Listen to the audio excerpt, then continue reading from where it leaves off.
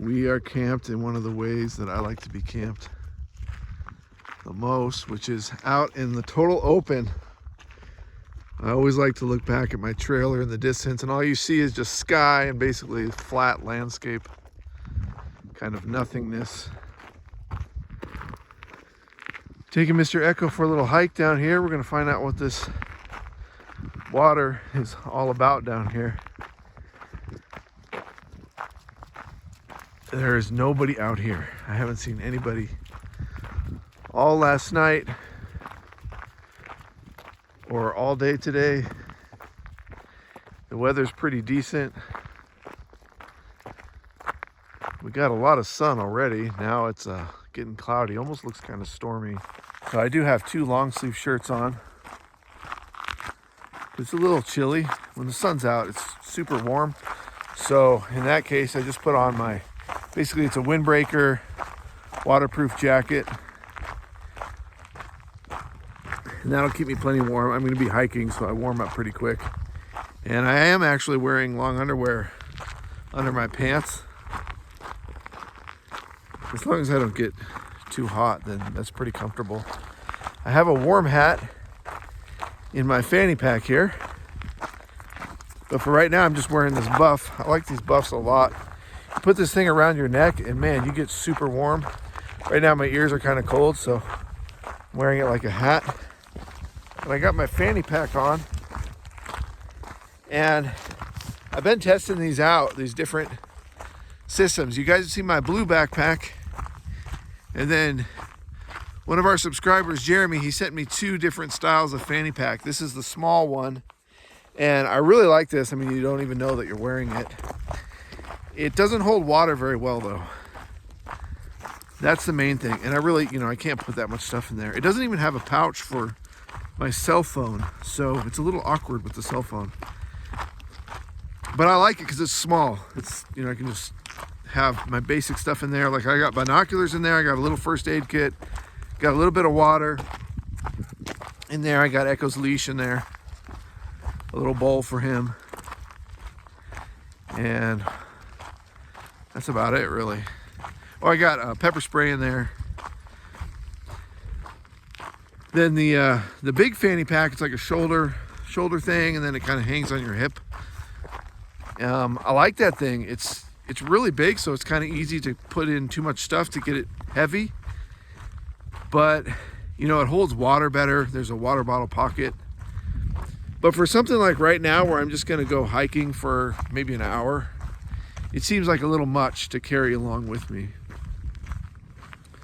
So maybe I'm going to become like a 3 backpack person. Like I got 3 different bags that I take with me for different types of excursions I do. Because sometimes I have both dogs with me. Sometimes it's just me by myself. Sometimes it's hot out. Sometimes I just have one of the dogs with me. And the weather changes. I guess it does make sense. This is my lifestyle. So it's nice to have gear for each type of activity I do. And then I got the bike. It depends on what I'm going to be doing on the bike, what kind of gear I need to bring along. So I'll show you guys my campsite here after we check out this water situation down here. But you saw me picking the site last night, and it got dark really quick. I had to level it. I'll tell you guys about my leveling process. It took me a little while to do, to find the right position and everything, but it all worked out. Oh, that looks really cool. We're way back up in there. And I want you guys to be thinking about, you're probably going to think, wow, this is such a cool place that he's at. I want to go there. The truth is that, I just used iOverlander. I had no idea really what I was going to find here. There were a few pictures. I saw a couple pictures with a couple big rigs, like a full-size motorhome. So it makes me feel confident that I would be able to get down here. And then people were talking about the road being rocky after a certain point, and they're right. Like, it is pretty rocky right here. So I'm glad I didn't bring the trailer past where I ended up camping.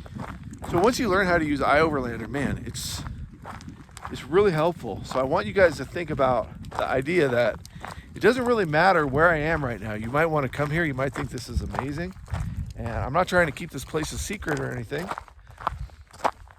It's not a secret.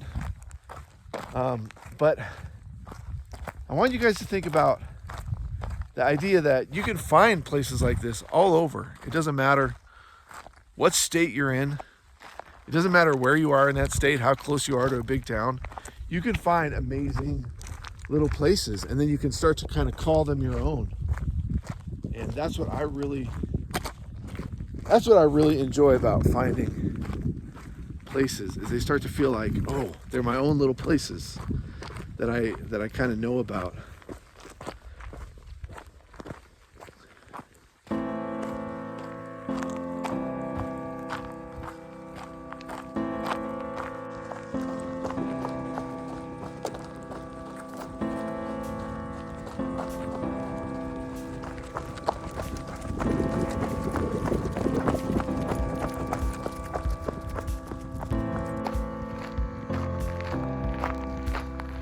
Got Out channel is about getting out yourself in your own way and finding your own places. That's what I hope to inspire you guys to do. Some channels, they tell you about the history of every place they go and how to get there. And for me, that's just not super interesting. It doesn't matter what state I'm in or what area I'm in. What matters is where I'm at right now, right in that moment. And I really take it all in, you know, for what it is. You know, at that moment, like that time of year, that weather, whatever animals are around at that time, that's what's important to me. It doesn't matter to me what state I'm in or if anybody's been here before, or trying to like tell you guys how to get here. I'm just exploring. And you know, I'm exploring in a really easy way because my rig, you know, it's a trailer and it's not an off-road trailer. So I can't get super deep. And especially since I'm making YouTube videos, I really need to keep in mind what kind of a internet signal I can get. Because I don't have Starlink yet. And that really kind of limits like how far into places I can get, but I try to get as deep as I can. And as my lifestyle changes a little bit, I'm sure eventually we'll be able to get even deeper into these places. So when you see me come out to these unique places, they're not that hard to get to. If you have, most of the places we go, if you just have a car, you can get there. Anybody can get to the places we go. Okay, I'm breathing in something that's kind of like musty. Makes it a little bit hard to breathe. It's cool out here. I'm just walking out here. I have no idea what to expect. Supposedly this water is not good for swimming. And I don't even know if it's safe for the dogs. I mean, it looks fine. But on iOverlander, people were talking about toxic algae blooms, and I don't know anything about that as far as safety. So what I'll do is I'll just avoid letting the dogs in the water. It's cold enough anyways, so they're not going to want to go in there.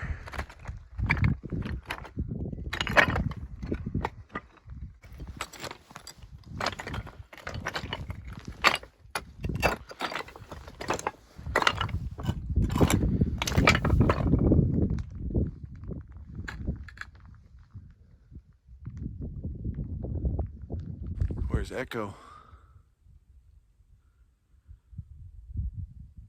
Do you guys see him? Back there? I don't really see him.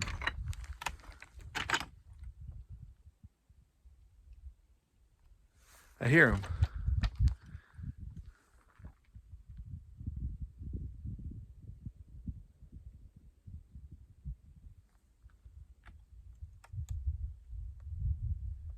Echo. There, I see his tail. He's got that white spot on his tail. Echo, come on.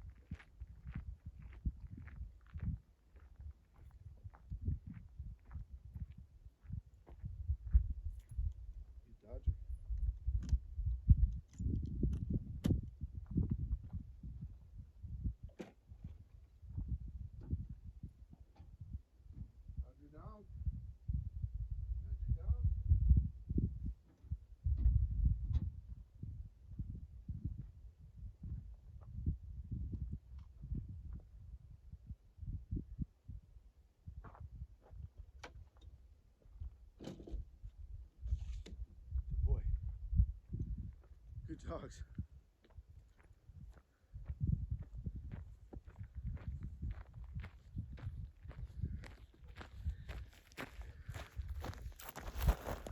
All right, let me show you how I arranged my rig last night.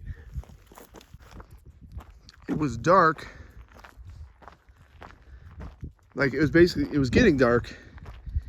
And originally I pulled in, you have to figure out, okay, which way am I going to turn around so I don't hit the fire pit? You got to scope out the ground, make sure there's nothing like boards with nails sticking out of it or a big pile of nails or something like that.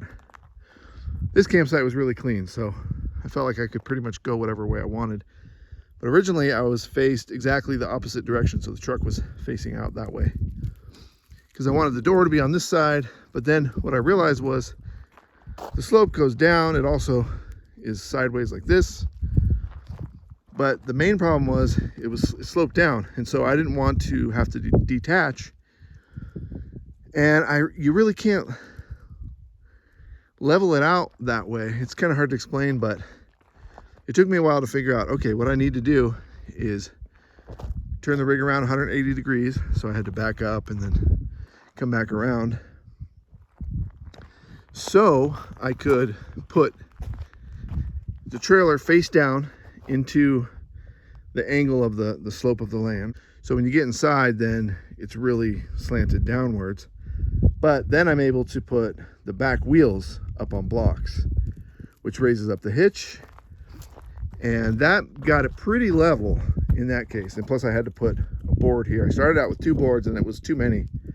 So I had to back it up again, put just 1 board down to get it level sideways.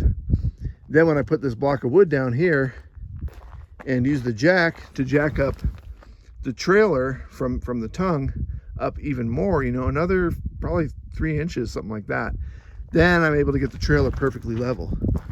So if you look at the rig, you know, the truck is pointed down like this, and then it comes up and then comes back down like that. But that keeps the trailer inside nice and level. And then I put blocks down on the wheels here on the trailer, and I put 1 on the truck, just because I'm always worried about, you know, going off this cliff down here. And then I turn the wheels into the safest direction in case there is some sort of rolling action, because you can get winds and that can kind of knock things loose, and you never know what would happen in the middle of the night. So I just like to play it safe and just turn the wheels into a safer direction. How I had to do it is a little funky. I've never had to put the back tires of the truck up on blocks and also jack up the middle that high like that before to get it level.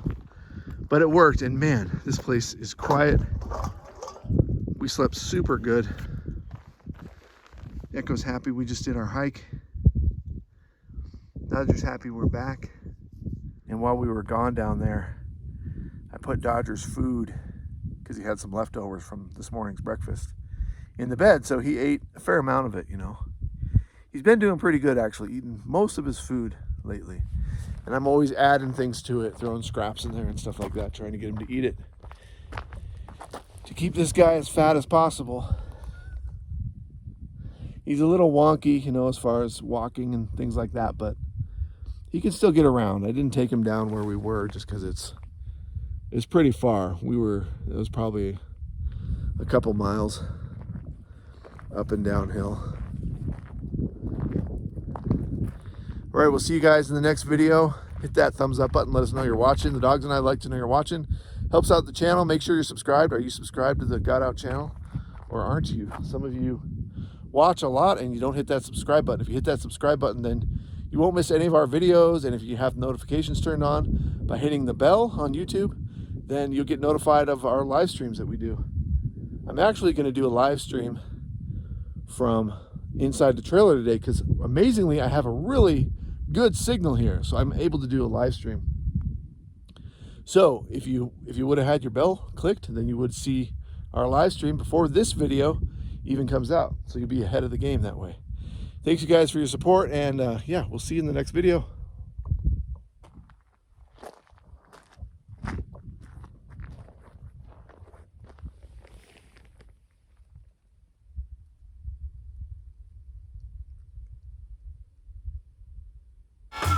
It's the first time I've had this happen to me, but a BLM Ranger stopped in my camp